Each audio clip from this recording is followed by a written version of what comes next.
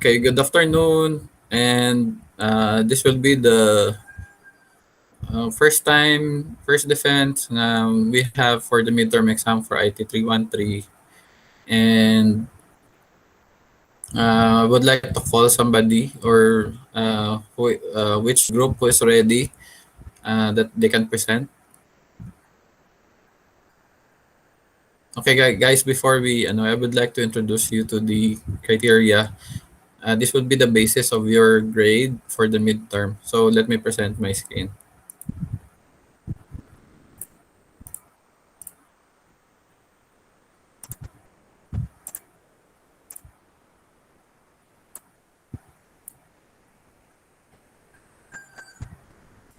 Okay, so this will be the capstone project title presentation rubric. And as you can see there, this will be the basis of your so we have here the group team.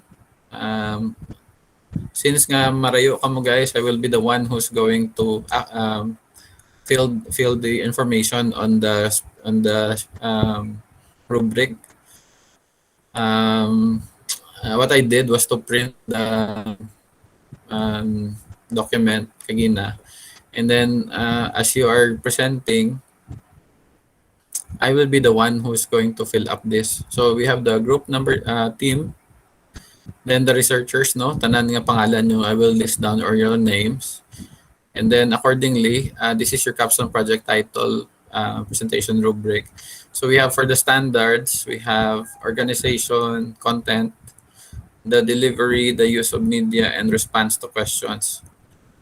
So kung makita niyo ang diin um, ang ano niya, you'll be graded by 3 2 1, which is number 3 points is exemplary, 2 points is satisfactory, and 1 point is unacceptable. So your score will be put here, and then it will be multiplied by the weight of the standard. Like for example, makita ninyo yung weight of standard, the most important is number 3, which is ang response to questions. So bugat ang weight niya, so this will be times 3. For the organization, content, and delivery, since it is the second most important standard, so that the weight will be 2 times 2, and the use of media, which is your PowerPoint presentation, is times 1. So the total score for the the total score for the organization, I think, is 6. For the content is 6 also. For the delivery is 6 also. For the use of media is 3. And the response to questions is 9. Then the grand total will be 30. No? So you'll have 30 points each. So the 30 points will be your midterm exam.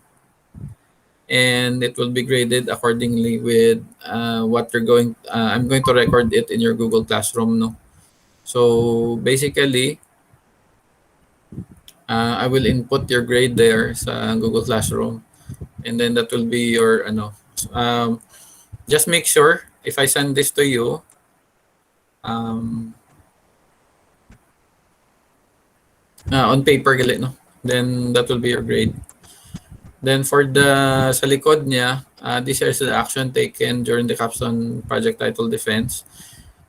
This is on my own recording. So for recommendation, we have minor revisions and major revisions. So I'll just check down the check boxes, no, whichever is the most appropriate for you. And then for the final action, it's improve and disapprove lang. And then the signature and the date, and mo lang da siguro guys. So this is to give you an idea of what is going on and how are you going to do this. Okay. Now for the important part, which is your presentation. So what you're going to do is to gather all your group members. Dapat tingog gid during the presentation. Di pwede guys nga isa, dua, tatlo lang ang present. So that will be a very good contribution, no, for your team, for your group, ever you are complete. So this is a group effort. Although I'll be grading you independently in the future, siguro out of another 30 points siguro I'll give for the individual group. So I will interview your group members one by one of what will be your contribution. But that is personal na. So during the after the group presentation, like for example, if you have a group project was this you presented with your group now, and then later on I will call you and ask several questions. Please don't turn off your cell phones, guys, so that I can communicate with you. So that's verifying lang if you did already contribute to the group or in your PM sa Facebook. So that is another part of your grade. So that I can accomplish, no? So total, I think 30% on the presentation right now, and the contribution is another 30% siguro. 30 points. So total is 60. So again, this is on your presentation lang, 30 points. The other 30 will come from your contribution as an individual to the group ninyo. So during the presentation, I will ask who's the leader of the group, and then later on, I think I have to ask the leader and your group members as well for your contribution. Okay, some more clarification regarding our before we start the defense, or do you have any other suggestions, guys?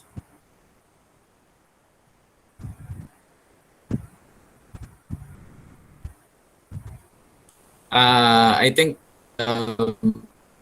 it's the hardest part of anything that you do, guys, is to start, no? And I would like to call on the bravest group that can start the. It's not to fear the defense, guys, because this is just if you're doing your title, and then you brainstorm all together. I think there's nothing wrong with presenting. This is just a presentation, so take this with a grain of salt. Don't be afraid, and just present your what you did na siguro, so that we can actually not really criticize you, but more of a constructive criticism regarding the presentation. So I expect that your presentation is IT related capstone, so that next year, if ever you will be prepared already with some of the things that we did in our subject. So going forward, who's going to start? Whose group are we are willing to be the first group to present?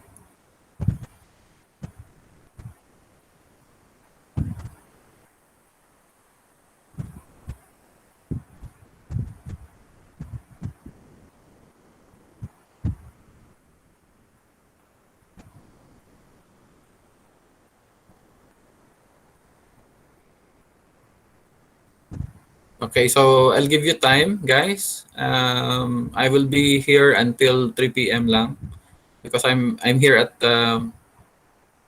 my home. It's blackout to ya, run out to ya sa eskwelahan. So di ako sa balay ng lase or nag-held ka natin kay expect ko you're going to present. So if not, we're going to have our session until 3 p.m. lang. Further discussion on the presentation will be tomorrow evening. We will be starting at 6 p.m. onwards siguro until such time makatapos doon kung pero ka-group. And I think my limit for next meeting is 4 groups, no? And on Friday, I don't know if we can hold the defense for the title defense for Friday, because the schedule for the examination was not released yet. So mapiktuhan kita. If ever we cannot, another alternative will be the presentation gid siguro is on Saturday. Ang last na lang. Saturday na lang guys. Ang last, kung hindi natin madayon sa Friday, i-postpone natin sa Saturday morning lang until from 8 o'clock until 12 a.m. Madasig mo lang dyan guys. You can actually present for 8 to 12 minutes at most. So what you're going to do, are you going to have ano lang siguro, mga 6 to 7 slides. So it's not that much. What you're going to do is to describe lang the slides. But I would like to ask lang the details, and I like, for example, who's your group leader, and what is your contribution to your group. So those are some things that I'm going to ask. No? So you just tell me truthfully of the things that you did, that you've done in preparation for the defense. I think the most important thing about events like this is it's not the output that you're going to present. Maybe it's partly important also, but what's another important thing is how you prepare. So it's not that I'm expecting that only one person will prepare for this. Siyempre, kung tanaya ma-encode or ma-facilitate, being the leader, it's good. But I think the contribution of the group member is also important. Okay, guys. So who among you will start first? Okay. For a while, guys. Just tell me lang if at least one group can present today. Okay, do you want to hold this later on? If you request that we'll postpone this later on tonight, it's okay. We can do that also.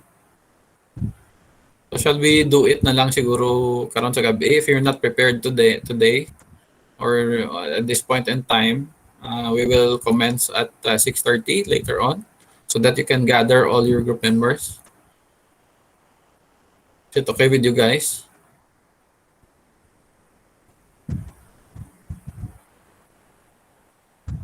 Okay, sige, we'll wait until 3 p.m.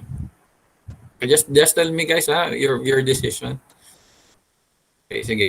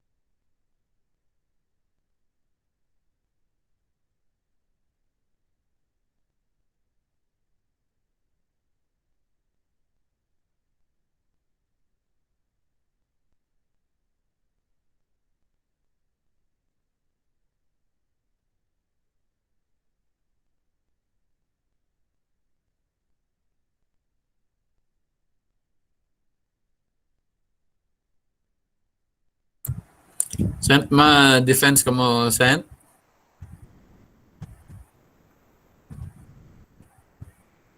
Why? Sige. Okay guys, we're wasting time here. So I think nobody will present today. So it's good. It's all good. If you want to present karon sa gabi, we will be I'm going to go online at 6:30 PM karon.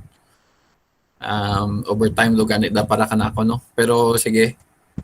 Wala ton ta mo karon 6:30. Hindi pwede guys nga hindi kompleto yung group members ninyo magpresenta. So dapat tanan kamo, it's either tingob kamo sa isa ka laptop or ano nga makita ta kamo tanan, or pwede man nga online lang kamo tanan bala, dayan kamo nga apat sa online. And then you can also send to me your PowerPoint slide if you want me to project it on screen, or pwede man nga kamo lang yung ano ka slide ninyo. So since nga there's nobody is willing to present today, I'm here at sa balay abi ko tulad. Ginuyangan ko gid ka chimpo abi nga di ako kay brand out sa eskwelahan akon dang abi ko ma-defend ka mo. So di ako sa balay. So since nga why man willing nga mag ano balik ko sa eskwelahan kay ti dang ma-duty pa ko daan no karon nga hapon. So sige, I'll see you karon sa gabi guys. Dapat kompleto ka mo tanan. I mean ang group members nyo bala. So hindi pwede nga wala isa. Dapat tingob ka mo or present ka mo nga naka-online. Okay, so sige guys, bye-bye. Sir, Turn off ko lang, ano. Yes? sir, saan pagid sir kani schedule mo iba sir Arumaan sa gabi kag sa Friday. Pero I think ang Friday hindi pwede kay i-schedule ninyo sa exam why pa ma-release ya exayad ang schedule sa Friday 11-12 mo daan 1 hour lang yung ginataw ka naton nga ano mo. Hindi ko pwede dyan nga guys nga ma 1 hour lang kita kay duro ka mo nga group mo.